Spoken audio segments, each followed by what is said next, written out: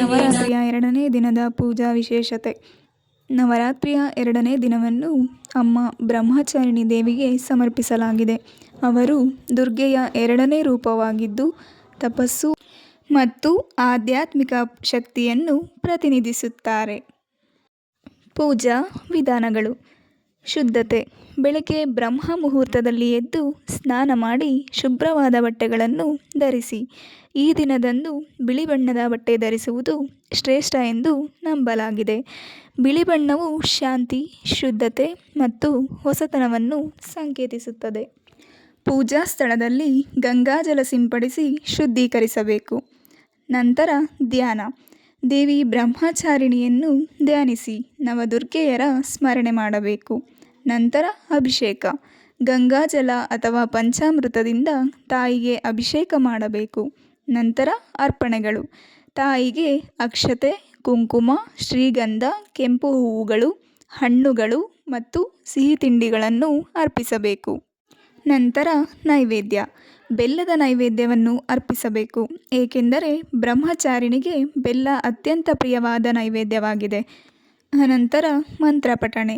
ಯಾ ದೇವಿ ಸರ್ವಭೂತೇಷು ಮಾ ಬ್ರಹ್ಮಚಾರಿಣಿ ರೂಪೇಣ ಸಂಸ್ಥಿತ ನಮಸ್ತಸ್ತೈ ನಮಸ್ತಸ್ತೈ ನಮಸ್ತಸ್ತೈ ನಮೋ ನಮಃ ಎಂಬ ಮಂತ್ರವನ್ನು ಪಠಿಸಿ. ಅನಂತರ ಆರಾಧನೆ. ಧೂಪ, ದೀಪಗಳನ್ನು ಬೆಳಗಿಸಿ ದುರ್ಗಾ ಚಾಲಿಸ ಅಥವಾ ಮಂತ್ರಗಳನ್ನು ಭಕ್ತಿಯಿಂದ ಪಠಿಸಿ ತಾಯಿಯ ಆರತಿಯನ್ನು ಮಾಡಬೇಕು. ಪೂಜೆಯ ಮಹತ್ವ. ದೇವಿ ಬ್ರಹ್ಮಚಾರಿಣಿಯು ತಪಸ್ಸು ಮತ್ತು ಪವಿತ್ರ ಧಾರ್ಮಿಕ ಜ್ಞಾನದ ಸಂಕೇತವಾಗಿದ್ದಾಳೆ. ಈ ದಿನದಂದು ಆರಾಧನೆ ಮಾಡುವುದರಿಂದ ಭಕ್ತರಿಗೆ ಜೀವನದಲ್ಲಿ ತಾಳ್ಮೆ ಮತ್ತು ಆಧ್ಯಾತ್ಮಿಕ ಶಕ್ತಿ ಲಭಿಸುತ್ತದೆ ಎನ್ನಲಾಗುತ್ತದೆ. ಬ್ರಹ್ಮಚಾರಿಣಿಯ ಪೂಜೆ ಮಾಡುವುದರಿಂದ ಎಲ್ಲ ಅಡೆತಡೆಗಳು ದೂರವಾಗಿ ಮನಸ್ಸಿನಲ್ಲಿ ಶಾಂತಿ ನೆಲೆಸುತ್ತದೆ ಎಂದು ಹೇಳಲಾಗುತ್ತದೆ. ನವರಾತ್ರಿಯ 2ನೇ ದಿನ ಪೂಜಿಸುವ ಬ್ರಹ್ಮಚಾರಿಣಿ ದೇವಿಯು ಸತಿದೇವಿಯ ಪುನರ್ಜನ್ಮದ ಅವತಾರವಾಗಿದ್ದು, ಶಿವನನ್ನು ಪತಿಯಾಗಿ ಪಡೆಯಲು ಗಹನವಾದ ತಪಸ್ಸು ಮಾಡುವ ಪಾರ್ವತಿ ದೇವಿಯ ರೂಪ. ಅವಳು ತನ್ನ ತಪಸ್ಸಿನ ಮೂಲಕ ಬ್ರಹ್ಮದೇವರಿಂದ ವರವನ್ನು ಪಡೆದುಕೊಂಡಳು. ಕಠಿಣ ತಪಸ್ಸನ್ನು ಮಾಡುವುದರಿಂದ ಆಕೆಗೆ ಬ್ರಹ್ಮಚಾರಿಣಿ ಎಂಬ ಹೆಸರಾಯಿತು. ಈ ದೇವಿಯನ್ನು ಪೂಜಿಸುವುದರಿಂದ ಶಾಂತಿ, ಸಂತೋಷ ಮತ್ತು ಸಂಯಮವನ್ನು ಪಡೆಯಬಹುದು.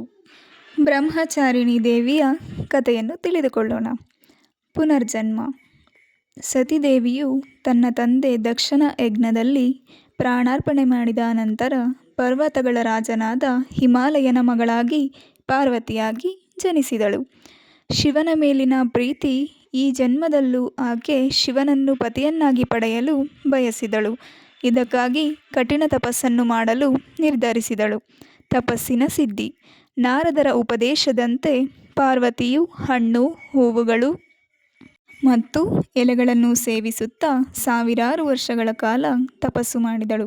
ನಂತರ ಒಣಗಿದ ಬಿಲ್ವಪತ್ರೆಗಳನ್ನು ಮಾತ್ರ ಸೇವಿಸಿದಳು.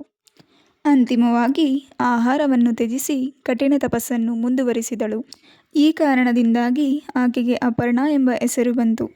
ಬ್ರಹ್ಮನ ವರ. ಈ ಕಠಿಣ ತಪಸ್ಸಿಗೆ ಮೆಚ್ಚಿ ಬ್ರಹ್ಮದೇವನು ಪ್ರತ್ಯಕ್ಷನಾಗಿ ಆಕೆಗೆ ವರವನ್ನು ನೀಡಿದನು. ಶಿವನು ಪತಿಯಾಗಿ ಸಿಗುತ್ತಾನೆ ಎಂದು ಆಶೀರ್ವದಿಸಿದನು. ಬ್ರಹ್ಮಚಾರಿಣಿ ಎಂಬ ಹೆಸರು ಹೇಗೆ ಬಂತು? ಈ ಕಠೋರ ತಪಸ್ಸು ಮಾಡಿದ ಪಾರ್ವತಿ ದೇವಿಯು ಬ್ರಹ್ಮಚಾರಿಣಿ ಎಂಬ ಹೆಸರನ್ನು ಪಡೆದುಕೊಂಡಳು.